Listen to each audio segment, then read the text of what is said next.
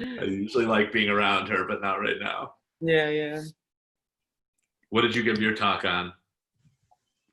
Oh no, Mine is I've like, just been co-hosting with Zed, doing the Q&A with Zed. Oh, I see. Still a student.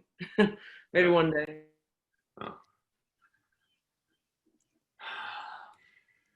hello everyone. We're just gonna wait while participants filter into the Zoom webinar. So about 30 seconds or so.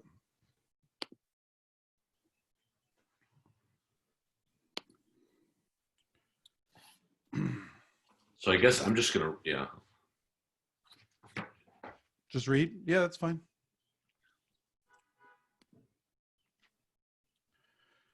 Just a few more seconds. We'll let everybody filter in and then we'll start.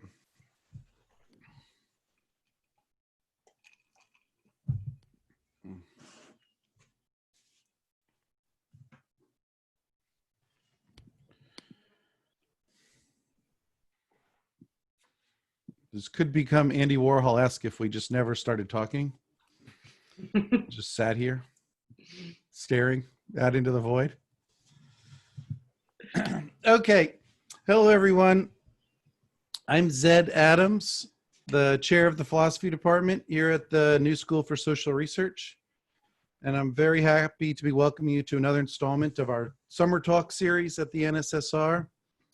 We're calling the series The Current Moment, Perspectives from the Social Sciences and Humanities. The series was conceived by myself and Robert Kostreva, the Vice Dean at the NSSR, with the following thought. There are plenty of places you can go for answers to questions you already have, but being at a university raises questions you don't already have and provides you with the tools for answering them. And the hope was that this series could make manifest that aspect of universities in an online format. I'm joined by my co-host, Miranda Young, who is a PhD student in the philosophy department, and our speaker today, Jon Baskin, who is Associate Director of Creative Publishing and Critical Journalism. He's one of the co-founders of The Point, a literary magazine from Chicago, founded in 2008.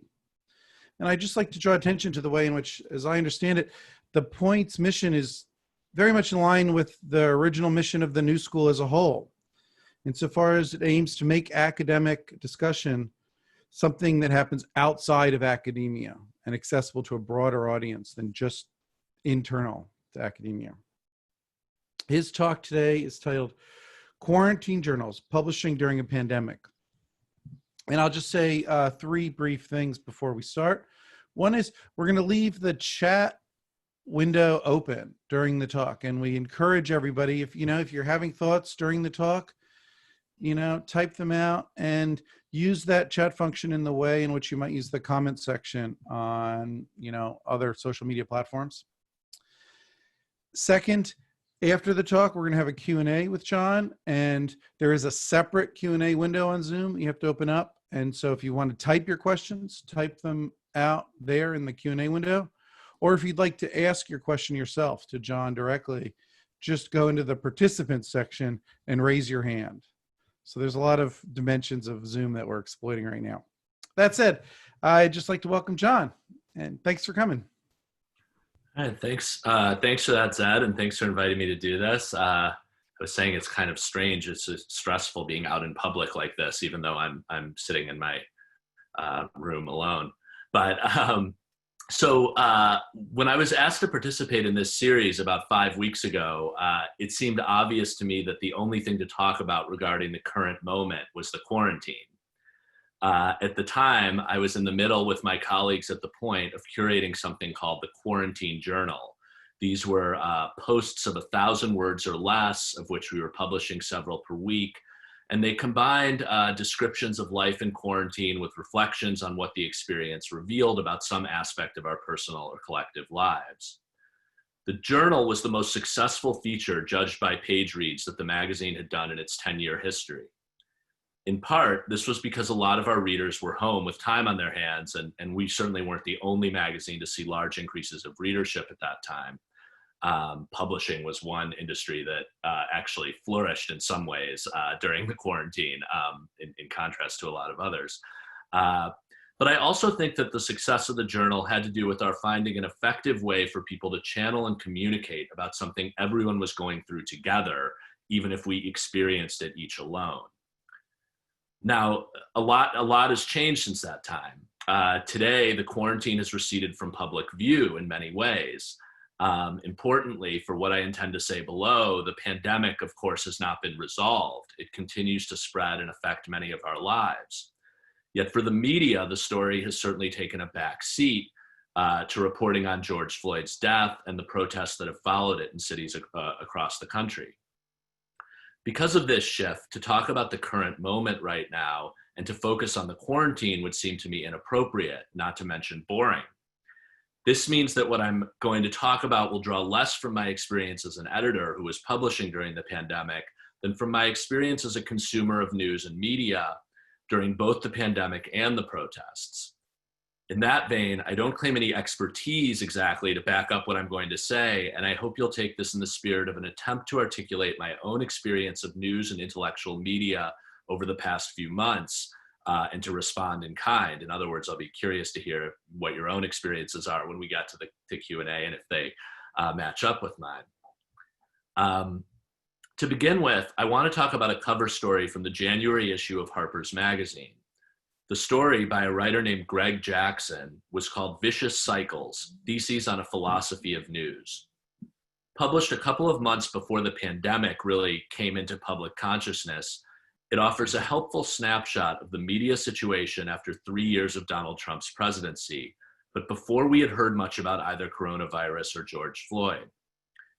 Jackson begins by revisiting the historian Daniel Borstein's idea of the pseudo event as the primary substance of our news consumption. In his 1961 book, The Image, A Guide to Pseudo Events in America, Borstein wrote of pseudo events as one of the organizing principles of everyday life. When we pick up our newspaper at breakfast, we expect, we even demand, that it brings us momentous events since the night before, Borstein wrote. We turn on the car radio as we drive to work and expect news to have occurred since the morning newspaper went to press. But since there are only so many momentous events, it becomes the business of the news to fill this demand by providing us with pseudo events. Events, that is, that are not always made up, but whose importance or urgency for the reader is plainly manufactured. Borstein's tableau now seems quaint. Today, we expect momentous news events to have occurred not just between last night and the morning, but between coffee and breakfast. But that Borstein could make these observations in 1961 points to the fact that, as with most things, the presidency of Donald Trump is not so much ushered in a new world as aggravated or accelerated pre-existing dynamics in America. Trump obviously understands the demand for pseudo events in his bones, and he is a master at creating them. It is no accident that he came to power in part on a platform that is as if custom designed for pseudo events, Twitter, and that he uses this platform to create them almost at will. So on the one hand, Jackson shows how news consumption under Trump has accelerated trends that go back to the 1950s, if not earlier. But he also indicates some distinctive features of media consumption as it has developed more recently. I want to say that he shows how a generation of journalists who have taken their media literacy and critical media classes, who have done their critical publishing, like we teach at the New School, and therefore know all about pseudo events, have nevertheless, and often in the process of trying to expose them as pseudo events, become ensnared in a complementary logic. If the idea of pseudo events tends to call to mind an unsuspecting public who can be duped into confusing the false for the real, what I want to call meta events concern a highly knowing, not to be confused with knowledgeable public, which is enamored of its own ability to name, recognize, and deconstruct what it perceives as pseudo events, right along with the news anchor or the journalist. But the meta event, despite its intention to debunk the pseudo event, in fact, given the logic of our news media, invariably only extends its hold on our attention. So, for example, Jackson reminds us of the story of the caravan of migrants from right before the 2018 election. He writes, this is Jackson, "For weeks leading up to the 2018 midterms, the media covered the quote-unquote migrant caravan as the central story of the moment. Journalists understood that its salience as a crisis had been manufactured, and they devoted pages and segments and podcasts to debunking this salience, to exposing it as, in effect, a peripheral real event being turned into a central pseudo event. These debunkings, of course, contributed to the critical mass of coverage until the story, or non-story, took up significant space in our minds, in our idea of the world out there. Then the election took place. The migrant caravan had served its purpose as an object of media attention, and it disappeared. Presumably, it did not disappear from the face of the earth, but to judge by the sole connection it had to most people who attended it, its life as a news item, it might as well have. As Jackson says, the vast majority of the reporting on this story, at least in the non-right-wing press, was focused on debunking its importance, and then on how Trump was using the story politically to rally his base, and then on whether he was being successful. Few were taken in, even on the right, by the notion of that the caravan had any independent significance for Americans, separate from its role in the narrative of the election. And as Jackson notes, the story disappeared as the election was over. Which was the truth, he asks, that it was news and it did belong in our minds, or that it was an irrelevant sideshow? What we can say for certain is that this question was not decided in the real world of human necessity, but in the virtual world of the news. Jackson argues, persuasively to my mind, that in the 4 years of the Trump presidency, or 3 years at that point, this pattern has been repeated over and over. A pseudo event is injected, most often by the president, but also at times by his adversaries, into the public consciousness, and this is followed by days, if not months, of discussion about whether this event is really an event. What Jackson's essay helps us see is how strange it is that so much of our political and cultural life has now become, in effect, a series of meta events. Most often, these take the form of an endlessly rebootable debate about what is worthy of taking up space in our political and cultural life, and how those things should be framed and talked about. One way I like to think of the rhetorical maneuver that has become ubiquitous across both news reporting and opinion journalism is that it tells us, look here, not there. Think of it this way, not that way. This is what we might call the gestural vocabulary of this style of reporting and commentary. The collapse of the firm distinction between reporting and commentary is also, in some ways, characteristic of this style. The trends Jackson identifies are a helpful backdrop for discussing what has been happening in the media since March, when the pandemic began. I would contend that the pandemic, and then the protests which have followed it, represent events of a different order than those that have characterized much of the rest of the Trump presidency. They are more like what Jackson had called real news. That I do not feel compelled even to argue for this categorization strikes me as one measure of its probable correctness. It just seems obvious that these events are neither pseudo events nor meta events in the sense I've been talking about. One might say that they actually both constitute a rebuke to the emptiness and inconsequentiality of so many of the pseudo and meta events that have occupied us these last few years, compared either in their effect on the lives of the news-consuming audience to the daily mania surrounding the Comey report, for instance. In the most popular piece in the Points Quarantine Journal, published in the early days of the pandemic, the philosopher Justin E.H. Smith wrote of COVID's potentially bracing impact on a world that was in danger of being fully colonized by the virtual and the pseudo and the meta. At just this moment, Smith wrote, when we had almost taken to using the secondary and recent sense of viral as if it were the primary and original one, a real virus came roaring back into history. While acknowledging the virus would not, quote, change everything, Smith felt it provided a genuine occasion for us to begin to inch back from the brink of the meta-discursive world in which we had become so comfortable, the world in which the discourse had become the event, to the quote-unquote truer world the virus had reminded us still existed, twitching beneath all our motivated representations of it. Suddenly, he felt, we had the chance to see and reflect on this world as if we were becoming acquainted with it for the first time. Of course, an opportunity for self-reflection was obviously not the only thing people were looking for at that time. The main thing they needed, or wanted anyways, was news in the more traditional sense.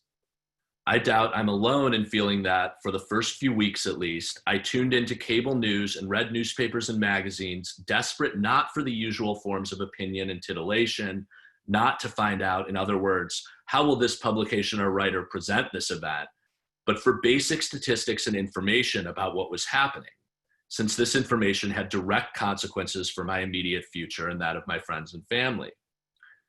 With Trump as president, the discussion of how to frame the pandemic and who was to blame for the American response to it, of course, never disappeared entirely from the news. Nevertheless, there was a change, I think.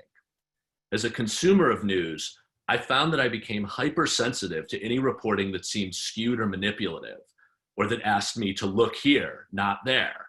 This was true whether this came from any ideological direction, whether they wanted to tell me you need to look at China, or you need to look at, or we should think about this as a pretext for talking about healthcare. I found that I was universal healthcare. I found that I was resistant to these kinds of framings. I was reading the news solely to understand the news. I could not have been less interested in what Borstein calls the news behind the news. I suspect that many people feeling this way at once resulted in a situation where there was, for a while at least, some basic agreement about what we were living through. Indeed, many magazines made their content free and presented as much straightforward information to readers as possible, as if for once the news had become what it mostly only pretends to be, indispensable. In a May 12th contribution to the Quarantine Journal, a writer named Lindsay Atnip, who studies philosophy also at Chicago, put the feeling of those early days of the pandemic this way, quote, "When the pandemic first came to widespread awareness in the US, I had the sense that despite the anxiety and inconvenience, and for many, real and immediate hardship, there was one thing that people liked, consciously or not, about the situation, the sense of facing a common enemy. Our lives suddenly became narrativized, the story encompassing every single person on the globe." I would suggest that this baseline agreement of what the story was in those days, not that the story was the same for everyone, but that we were all enfolded within a story that we agreed on the basic contours of, was what made projects like the Quarantine Journal, which brought together diverse perspectives on what the pandemic meant and revealed about us, so successful. Of course, it was not long before this consensus dissipated, and the event of the pandemic began to be overtaken, at least within the discourse, by pseudo and meta events. Like in the case of the migrant caravan, there were precipitating causes of this that were not imaginary, such as the arrival of groups of protesters, often armed, at several state houses, or President Trump's carnivalesque daily news conferences. But the way these events were catalyzed by the media spoke to the return of the pattern of pseudo event followed by meta event, where journalists scurried to expose the workings of the pseudo event, always managing in the process to disseminate it to more people. Just think of the drama around hydroxychloroquine as one example of this. Later in the same entry I quoted above, Lindsay Atnip describes the situation as one where, gradually, the broad consensus that we were in a story together broke apart, giving way to the, quote, war for control of the narrative, which was so familiar from our 3 previous years under Trump. We were still in the midst of this war when the video of George Floyd's death motivated an abrupt shift in media coverage, perhaps the most abrupt shift I can ever remember, where one event that was reputed to change everything swiftly gave way to another. Like the quarantine, I do not think anyone would characterize the protests that emerged in the aftermath of Floyd's murder as a pseudo or meta event. There was a mediated aspect to the way the initial video footage developed and spread technologically, but interest in the story was driven straightforwardly by the event captured by the video and what it plainly represented: police brutality, racism, etc. Indeed, the power of the video was precisely in the fact that hardly anyone needed to be told what it meant. It wasn't a matter of interpretation. As in the early days of the pandemic, it might have been said in the first days of the protests that there was broad agreement about the importance of the story of Floyd's death and the resulting protests. But in the case of the protests, agreement about what the story was even more short-lived than it had been in the case of the pandemic. The protests, like the pandemic, continue to proceed, and as I write this, they remain a significant media focus. It certainly hasn't been dropped. At the same time, even in the first week of the coverage of the protests, a parallel story began to develop, one that was about several different meta issues surrounding how to frame and write about the protests.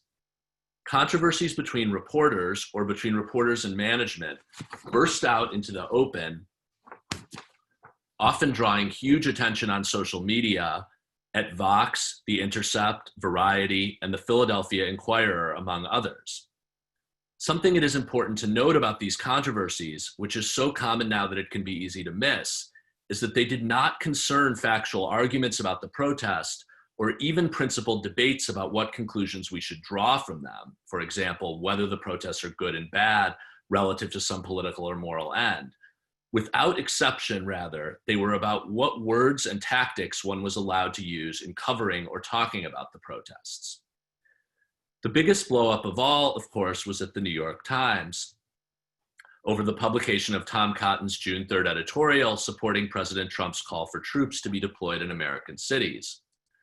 4 days after the op-ed ran in the Times, following several attempts to clarify the thinking behind running it, a newsroom mutiny that played out on Twitter, and several staff-wide forums and town halls, the Times' op-ed editor James Bennett was fired.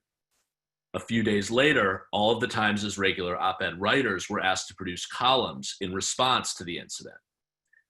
There's no room here to delve into the ins and outs of this story, which could take up a whole talk on their own. Again, though, I would note that the debate was not mainly about the substance of Cotton's argument, but rather about a mix of theoretical questions about the discursive responsibilities, i.e., what spectrum of opinion was permissible for the Times to offer its readers in framing ongoing events, what was the correct format for conveying the views of people in power, and a series of process issues, how the piece was solicited, fact-checked, etc. A parallel discussion in the Times newsroom, but which was also leaked to the public, concerned other formal aspects of journalistic ethics and practices, like if it was ever appropriate to describe destruction of property as violence, or whether it was okay to show the faces of protesters in photos. The main thing I want to point out is how strange it is when you step back to consider it, that as protests were raging across the country as part of an arguably unprecedented political uprising, the most important paper in the country and many of its readers were drawn into a debate about language, the concept of objectivity, and what were the appropriate limits of open discourse. In the days that have followed, a whole other group of journalists have responded with essays denouncing or applauding the actions of the Times, continuing to consume much of the attention of, if not the country as a whole, then at least of the elite journalists who wield considerable influence as to how the country will learn about and therefore experience the uprising.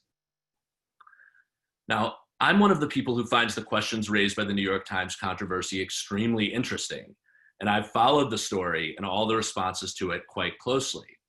So I don't mean to imply such stories are not compelling or that they do not raise questions that are worthy of discussion. How could I imply that as part of the faculty of the New School's critical journalism program? Moreover, the focus by journalists on framing and language can hardly be dismissed as trivial. Much of today's media has been educated in humanities departments where, if they were anything like me, they were taught that language is not neutral, that what words you use actively shapes how people perceive their own lives and the events that fill them.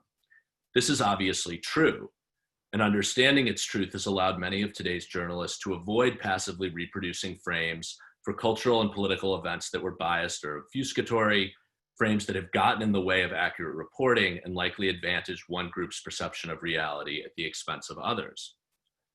At the same time, as anyone who has read much of the postmodern theory that is churned out by those humanities departments will know, meta events can also become a habit or addiction. Oops. Did I just go out? Oh, I'm back. Can also become a habit or addiction quite apart from their corrective function. And I think this habit may contribute to the phenomena I'm trying to put my finger on here, where even when we are not bored and in need of pseudo events or fake stimulation, even when real news surrounds us, we seem to gravitate toward events that take place primarily in a parallel and competing drama within the realm of discourse. One problem with the public airing of this drama is the effect it has on a reader. Taking myself as an example, the cumulative effect of having gone through these various meta events is that I now read every article about the protests as a strategic compromise between what the reporter has witnessed and what their institutions have decided is the proper way to filter and communicate what they have witnessed. This makes it hard on the most basic level for me to figure out what's going on, a situation I recognize as familiar from many stories involving Trump over the past 4 years. It also makes it hard to have a debate with someone else about what is going on. Some liberal commentators have worried that the atmosphere created by controversies like those at the Times means there will now be, quote, no room for debate. It is ironic that they make this claim in the middle of an intense and fractious debate which has consumed the entire media class. The problem, I would want to say, is not that there is no room for debate, but that increasingly the room in which we have our debates is an ante-room, i.e. the waiting room right before you get to the room. There's no doubt that many of us are fascinated by the dynamics of what goes on in this ante-room, but the result of our fascination is that we often experience even news stories not as providing, even direct news stories, not as providing a useful foundation for conflicting arguments about what a given event means, but as the product of a war for control of the narrative that has been waged without us or before we've been able to participate. As we all know, of course, this state of affairs is evident not only in media, and in some respects, our newspapers and magazines are probably doomed to reflect the pre-established chambers of significance that have become an unavoidable feature of our daily social and political life. Look here, not there, is a habit I see more often on my Facebook wall than I do in the national media. That the attraction to meta events has become so pervasive, however, seems to me to make the imperative that journalists do their best to resist their logic all the more pressing. Perhaps we might remember the early days of the quarantine as a kind of inspiration in this regard. What if we were to treat every story as if the reality beneath the opinion and the framing were as important as that? That's it. That's great. Thanks. I have an immediate question that's provoked by your metaphor of us being stuck in a waiting room. You know, so you're all for debate and you think there's room for debate, but you're worried we're in the wrong room. And I want to connect that up with something else you were saying, which is this attention to the way in which we represent the news. So, you know, you rightly draw attention to the way in which there's, you know, we become kind of hyper conscious of the words we use or how the issue is framed. And I like how you connect this up with kind of a basic tenet of the humanities. I think, you know, in a funny way, in 2020, a degree in humanities just means you've learned that, yeah, how we frame and represent things matters for how we perceive it. So granting all of that, I wonder if you think that maybe these two things are connected. Maybe the humanities, you know, excessive focus on how things are represented is what leaves us stuck in this waiting room, not debating the real issue. And just to make explicit a kind of contrasting point of view, think about how, you know, there's a kind of participant stance or point of view someone could have with regard to the news, where they really care about two things. First and foremost, is what's being reported true and what should be done? And notice how different those are than if your first response is, how is this being reported? What is the news organization trying to get me to think? Where that's at a second order level. It's not a participant kind of point of view. So I wonder, what are your thoughts on that? Yeah, no, I mean, absolutely. I mean, I wanted to draw a connection with the humanities because I do think it's a background for this.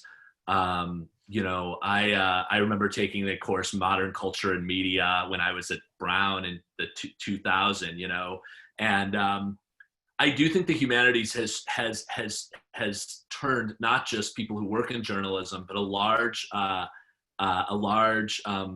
portion of the reading public into media critics. In a sense, we all have become media critics. And this is, of course, initially presented to us as a gain in sophistication and something that will help us read the news. And I don't mean to discount the ways in which it is that. I mean, it is good to be able to tell, to be able to think about the language a reporter uses and think about what spin different publications are using when you read stories. That is helpful for sure. But something else I also experienced at Brown was the thing you described, this kind of sometimes a kind of almost obsession with the meta issues of discourse and this is sort of a truism of a lot of sort of postmodern rhetoric. This sort of infinite regress of we just keep going back to thinking about the discourse. And there was even a second tenet in the humanities departments in my time that went, not only do you have to be aware of how language shapes reality, but language may be the only reality, and there's actually, and all there is the war for control of the narrative. And I think that a lot of our media and increasingly even a lot of readers think this way about the news now and read in this way. And I guess I'm trying to think about what was it about the early period of the quarantine that felt so different. And I think what you're describing speaks to that. People were reading as participants.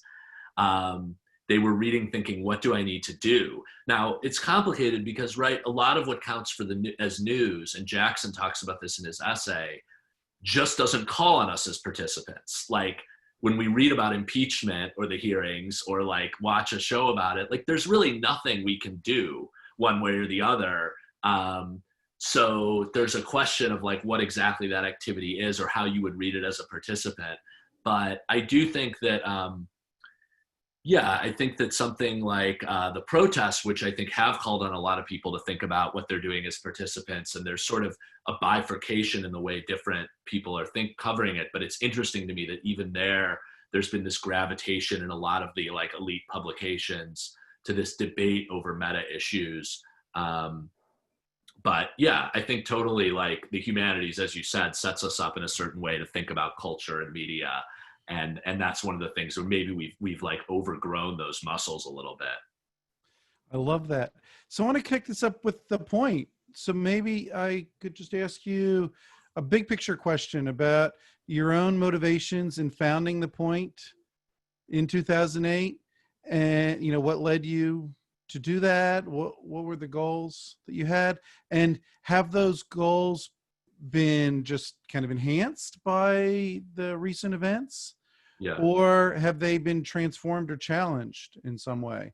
And then to correct it back to the previous question, was there a worry about, and the Point seems geared towards engaging in a very sophisticated form of cultural criticism. And were you worried at the beginning that criticism can have this kind of detached effect on our lives? Or do you have that worry now? So I've always had that worry, but so the Point, the Point I helped start when I was a graduate student at University of Chicago in this program called the Committee on Social Thought, which is sort of a great books program, sort of a great books PhD program in a way. And something that was distinctive about the program was you didn't really specialize. It wasn't about like learning a vocabulary and a certain set of methods within, say, social science, the way a lot of social sciences is. It really was about reading these books and thinking, what do they have to do with our lives? How can we apply them to our personal and political life today? But it was still an academic program, and when we wrote, we had to write academic papers. And so the magazine was in a way an attempt to capture what we saw as the sort of public-facing spirit of the program, which wasn't actually being communicated in the way that people we had to write, as academics, and to try to capture something about the sense that these books and this long kind of conversation of ideas in Western society, and something that's had a real relevance for the conversations that we saw all around us in our culture, and that if we could find ways to write about them that were not so arcane or academic or boring, people would see that. But in terms of the worry about criticism, so one thing that distinguished us from some other, N+1 was around at that time. I think of N+1, for instance, as coming very much out of the social sciences tradition. We came out more, I would say, of the philosophy side, and of sort of like, Plato type philosophy. And I guess like so we were always a little bit suspicious of the sort of like critical theory discourse, or at least of the ways it could become sort of involuted and distance us from our own experience in all kinds of ways. And I think that something that a lot of people would say is distinctive about The Point is we're quite an earnest magazine, despite, some people look at it and they think like, oh, it's so like intellectual or whatever. But we actually don't accept that there's a sort of connection between intellect and cynicism, or sophistication and cynicism. We think that, and I would say that actually one of the sort of like things we've taken up over the years, I mean, I come from literary studies, was my undergraduate background, and I wrote a editorial in the last issue called The Hatred of Literature, on the hatred of literature, which was about what I perceived to be, in a way, the same phenomenon I'm talking about with news in regard to literature, a kind of like obsession with the meta issues of literature and with literature's critical function at the expense of thinking about sort of how literature, appeals to our emotions and calls on us personally and collectively in ways that are much more straightforward than what you would imagine if you'd only encountered it in your literary studies class. So I think the magazine has attempted, to be a place that's certainly aware of that discourse and certainly has published things in the sort of critical theory way of thinking, but that also is a place where hopefully you can find some sophisticated criticism of that and of sort of how, as a rhetorical style, even quite apart from like the actual ideas being pursued, it can tend to sort of estrange us from our experience in ways that we don't find are always helpful. So the last part of your question was about these last two things. So how the point. How has it changed? Yeah. How have, the two major events you've talked about, the pandemic and the protests, challenged or transformed how you've thought about your own goals in journalism? Yeah. So it's interesting. I think it's really different for each one. I think that the pandemic, once we sort of got our footing early on and figured out what we could do to address it, we've actually found the pandemic very, it fit very easily into what we're a magazine devoted to the idea of the examined life. Here was a time when most of our readers were sitting at home examining their lives. They were sitting there trying to understand what this thing was they were going through, how, and they were home. And I think a lot of people, and we sent out an email to our writers to contribute to this journal, and we just had an overwhelming response.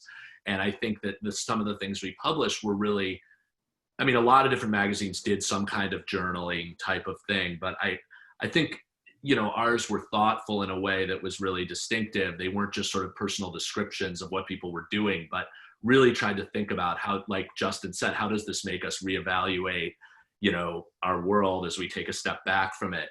I think that the protests, I'm still, the timing, as for us with some others, we'd sent the issue off to print when this started. So we have a whole issue that's come out now that doesn't talk about them, which is like, this is just the business of publishing sometimes is hard in that way. And we're still trying to figure out, I think, how to respond. I think that right now I find that the protests and the sort of ferment around them have led to a very action-oriented mindset for a lot of people, quite understandably.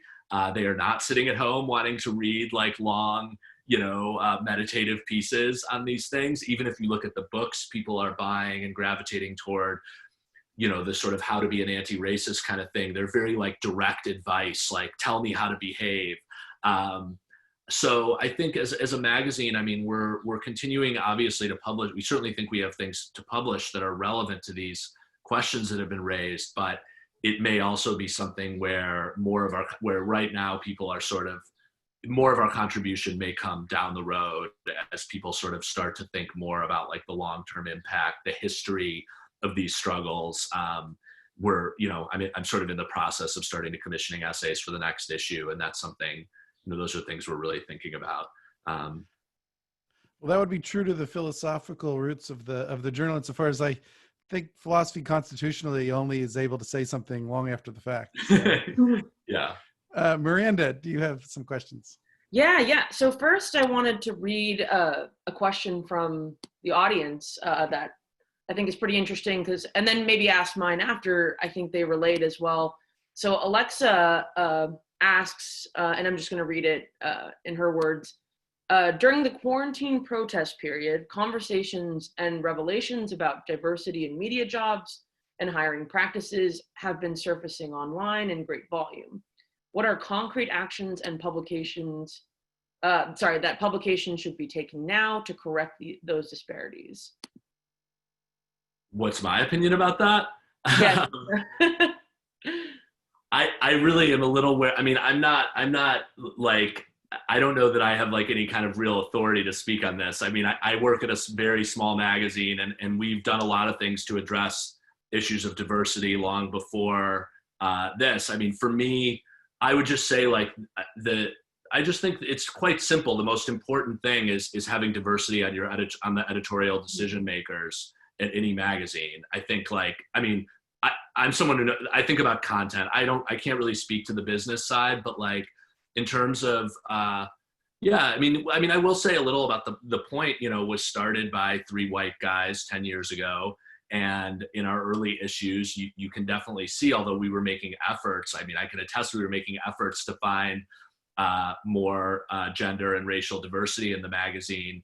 It didn't really start to happen in a way I wanted it to until we brought on editors who both, and you know, we thought about diversity. One thing I think is important, I mean, people is what all the different axes you can think about diversity on. So gender and race obviously are major ones that get talked about in liberal spaces, and we did try to address those things. And you know, we now have 2 Black editors and several female editors, and and that really helped. But also it was important to me to have an editor who was religious, for instance, like in a magazine that sought to have like a real philosophical dialogue. And one of the things, you know, so we hired an editor who had gone to Wheaton College, like a Christian college in Illinois. And that really also was like very important, I think, for allowing the magazine to have the kind of diversity of perspectives that that I think people find in it now. So, I mean, that's really what I can say from my perspective. I mean, I mean, obviously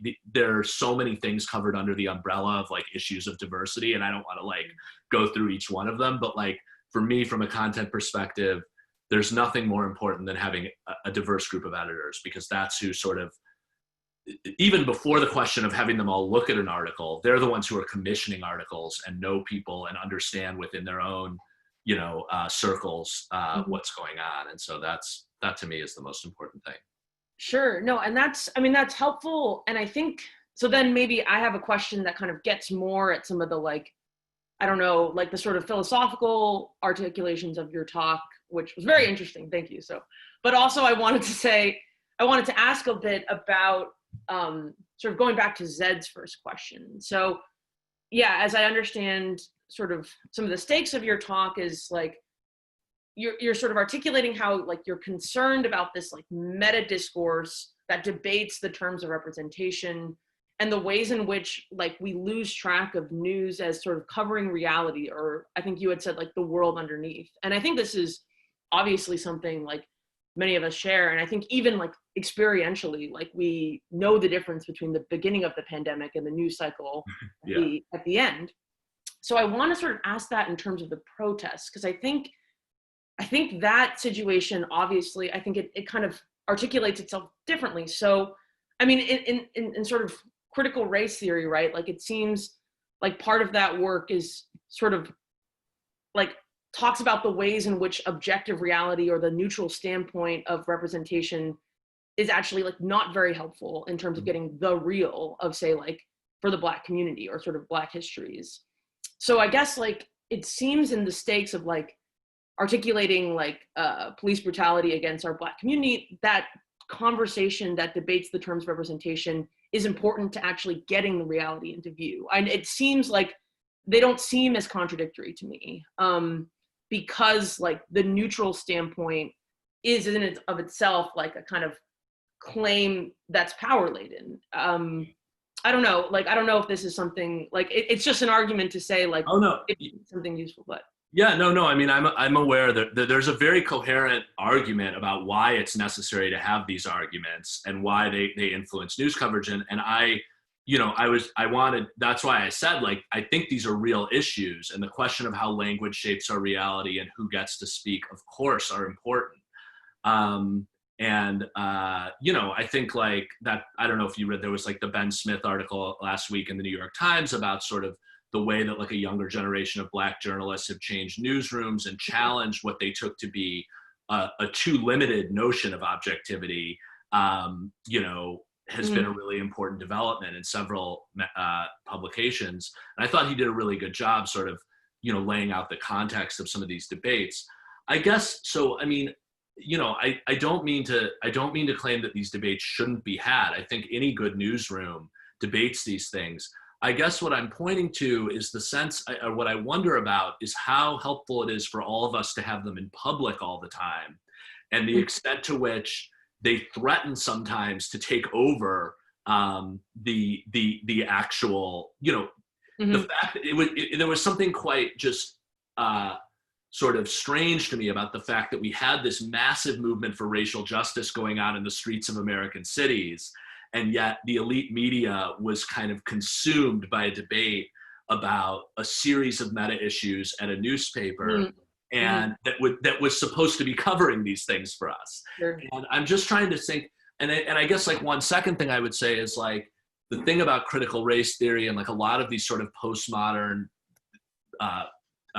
groups of theories, something I was sort of hinting at was that earlier, is though I think they raise really important questions, there also has to be a way to bracket those questions at times, or you never get to the next step. And that's what I was sort of meant by like the anti-room thing. It's like, are there times, like, sure, there are times for having these debates, but there must also be times when it's like, okay, it's like, let's go into the main room and allow everyone to like have a conversation about like what's going on, instead of sort of preloading our, preloading what we offer to them. So, these issues are complicated, and I don't pretend to have like a clean answer to how to deal with them.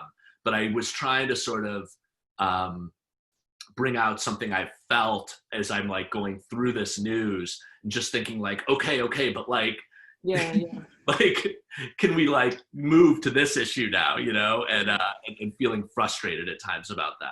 And I think that's really interesting.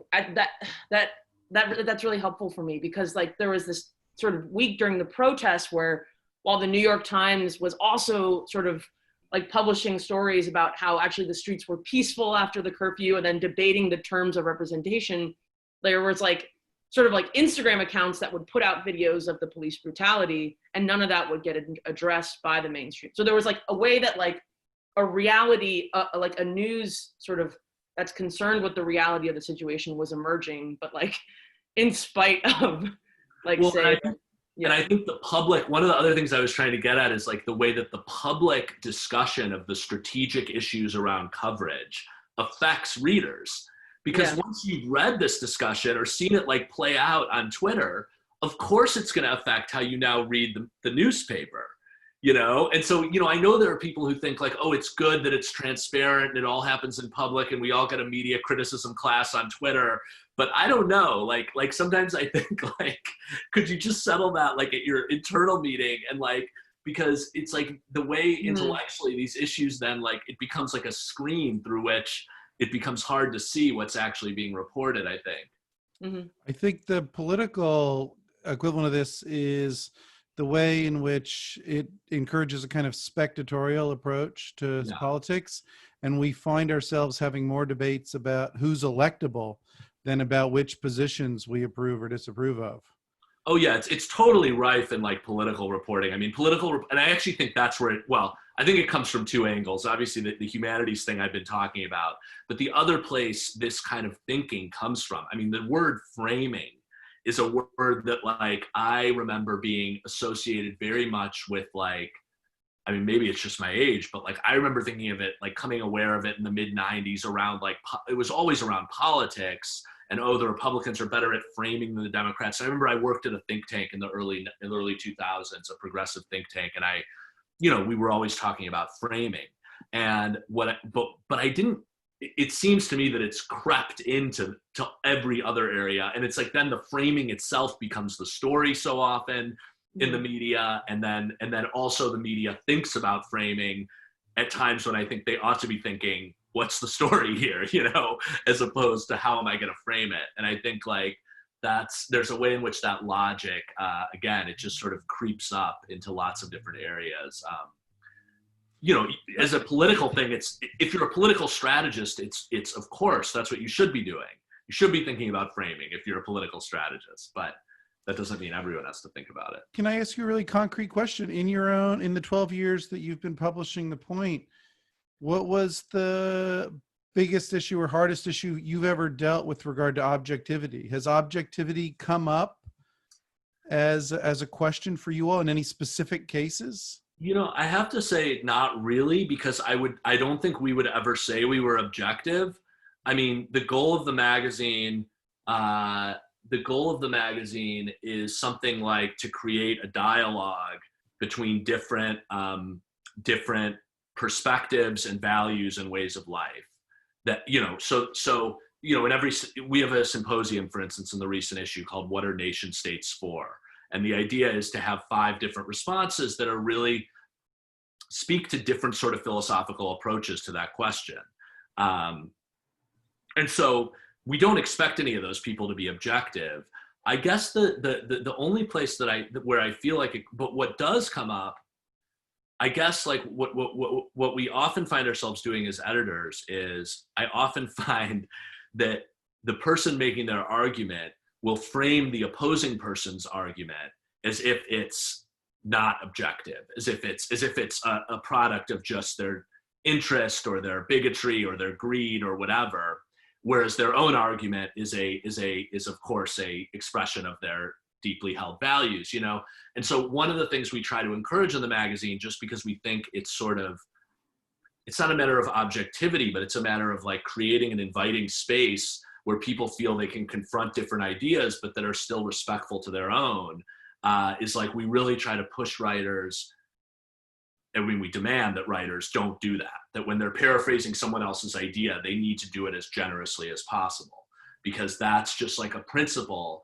And and I think that to me is in many ways more important as a journalist, as an ethic, than like so-called objectivity. I mean, I share some of the concerns with the sort of like, I'm wary of using words like objectivity and neutrality. I mean, I don't think objectivity is totally useless as an ideal for a reporter, but I do think it tends to be deployed in ways that are, someone thinks they're objective and someone else doesn't. Objectivity is subjective to some degree. So I think that, but I do think something you can kind of hold a writer to is trying to display with fairness and generosity things they disagree with. That's a kind of ethic that you try to cultivate among writers, and I think would be helpful if it were cultivated more often by both our sort of news journalists and our opinion commentators.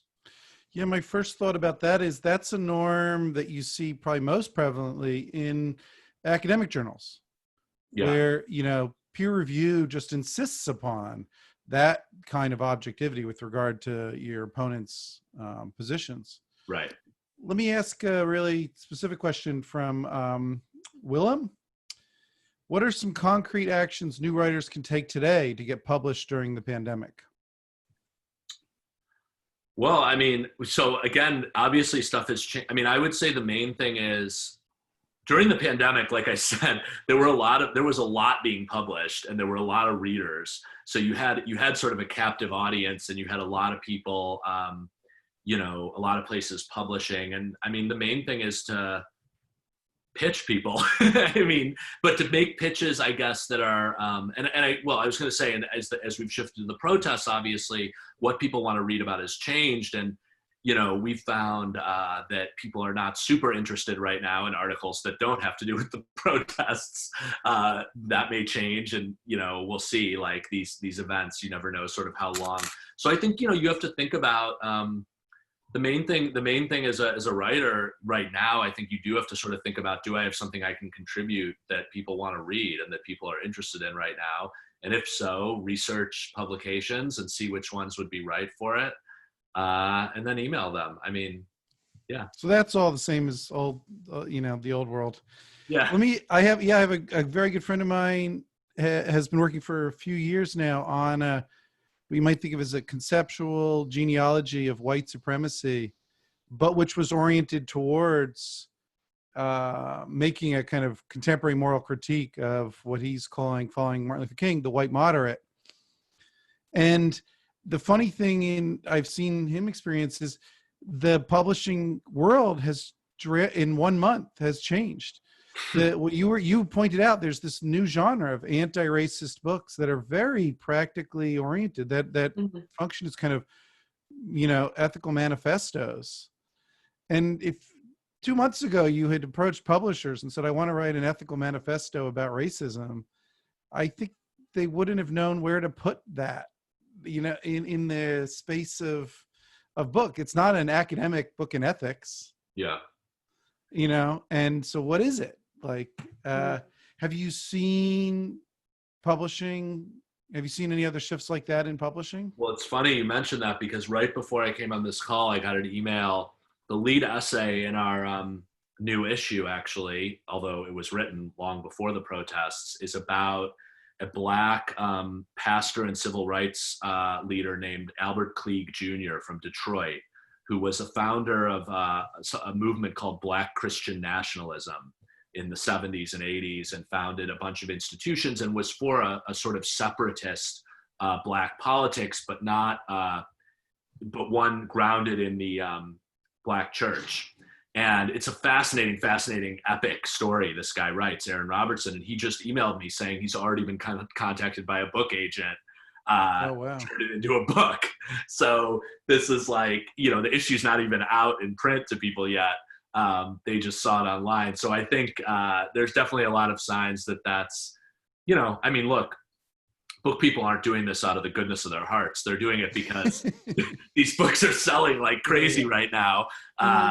So that's just, I think there's a fairly, logic to that. But I do think even in magazines, obviously, like there's a desire to have certain kinds of voices and certain kinds of topics covered that there wasn't, or an urgency of that desire that there wasn't, a month ago. And Miranda, can I ask one last question from you? Yeah, sure. So I wanted to read again one of the questions. I also I just like this last question also made me think of a question for myself. But first I'll read the question. So Danielle asks, again, another very practical oriented question. You mentioned the word choice. That word choice is not accidental, I think, in respect to journalism. So what are some words and phrasing journalists and scholars can keep in mind, when publishing during these times? I think it was helpful for me when you mentioned the look here, not there, the different ways, sort of specific wording that someone who doesn't come from journalism studies can look for in order to not be manipulated or be aware of what's happening with news. Well, so I guess the funny thing is I don't know. Well, so I think those are two slightly different questions, because she's asking is she asking what kind of language, what have the debates been over, what kind of word, for instance, the language over whether you could call destruction of property violence, or whether you use the word riot to describe the protests at any point, or whether oh God, there were several of them. I can't remember all of them, but there have been there's been this whole debate, and I think that all these things are worthwhile, but in terms of the look here, not there, I don't know that I have a specific way of